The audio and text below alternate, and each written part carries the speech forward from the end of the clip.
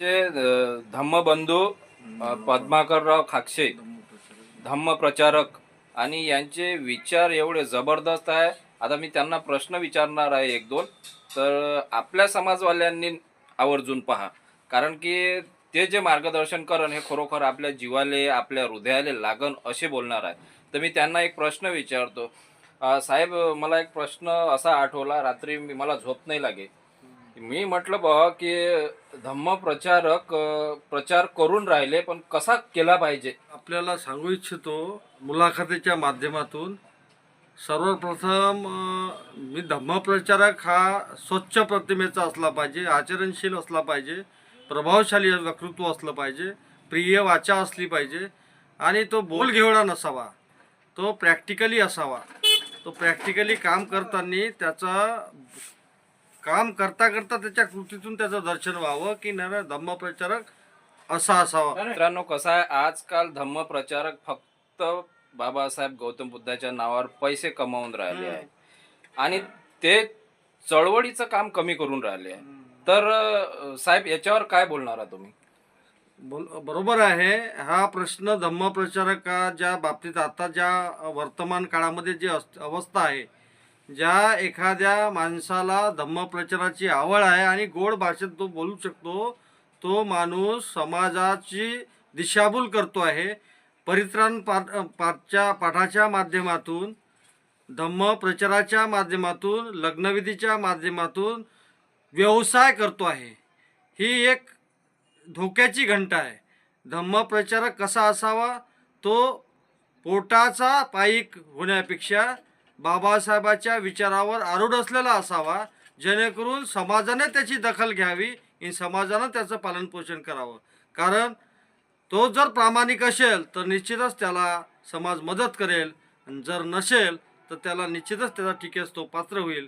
कारण असे धम्मप्रचारक आहेत, अस्तित्वात आहेत. काही भिक्षू लोक अस्तित्वात आहेत की निव्वळ पोटाचे पाईक होऊन परित्राणाच्या माध्यमातून दानपारमिता करतात आणि समाजासाठी त्याचा कवडीचा उपयोग होत नाही. बद्दल आपण आता ऐकून घेतलं. आता आपण जो अदर धर्माकडे, तर अदर धर्मात काय असते बा, कसं काय असते, आता आपण तिकडे चर्चा करू. तर मित्रांनो, हे आमचे खूप जवळले आहे आणि त्यांचे विचार हे सर्व महापुरुषांना धरून चालणारे आहे.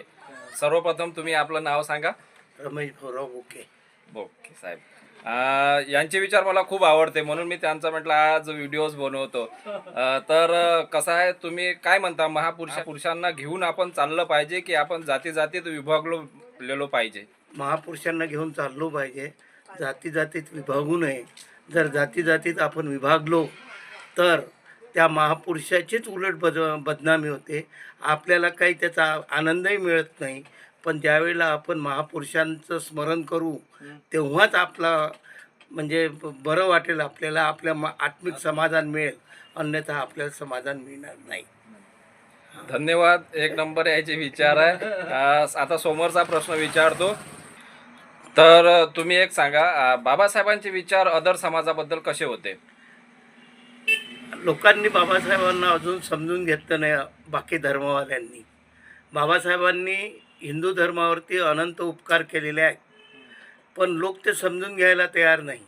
त्याचं कारण असं आहे की त्यांच्यामध्ये आजही जे राजकीय लोक आहेत ते नेहमी सतत त्यांच्यावरती टीका करत राहतात. आणि त्या टीकेमुळं लोकांना गैरसमज निर्माण होऊन राहिले.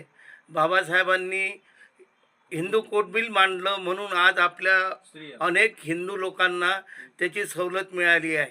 नाहीतर आपण 2-2, 3-3 लोकांची म्हणजे आईचे मुलं असतो, अशी परिस्थिती आपली सुरुवातीला होती.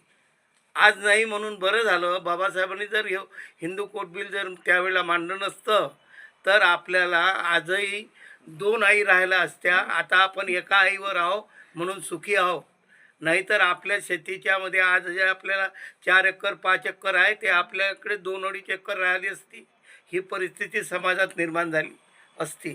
म्हणून बाबासाहेबाबद्दल कोणताही गैरसमज नाही. बाबासाहेब हे अत्यंत विद्वान, ज्यांनी या देशाचं संविधान लिहिलं, संविधान लिहित असताना त्यांना ज्या अडीअडचणी निर्माण झाल्या असतील ते त्यांनाच माहिती, पण त्यांनी हे संविधान लिहिलं आणि सर्व समाजासाठी लिहिलं, त्याबद्दल मी त्यांचा अत्यंत ऋणी आहे.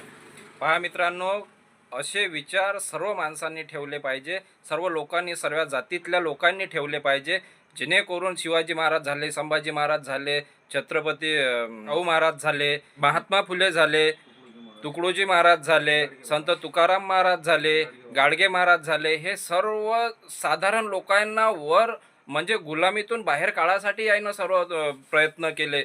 आणि आपण काय करून राहिलो, आपण जाती जातीत आपल्याच काड्या करून राहिलो. म्हणजे आपण आपल्या जातीसाठी तुम्ही काम करू शकता, पण कसं आहे, आपण महापुरुषाला घेऊन चाललो पाहिजे, त्याच्या विचारावर आपण चाललो पाहिजे. आणि असे विचार आपल्याला अभ्यासातून मिळू शकते. हे बुजुर्ग लोक आहे, मी आता मला आवडले त्यांचे विचार म्हणून मी त्यांचा व्हिडिओ बनवला.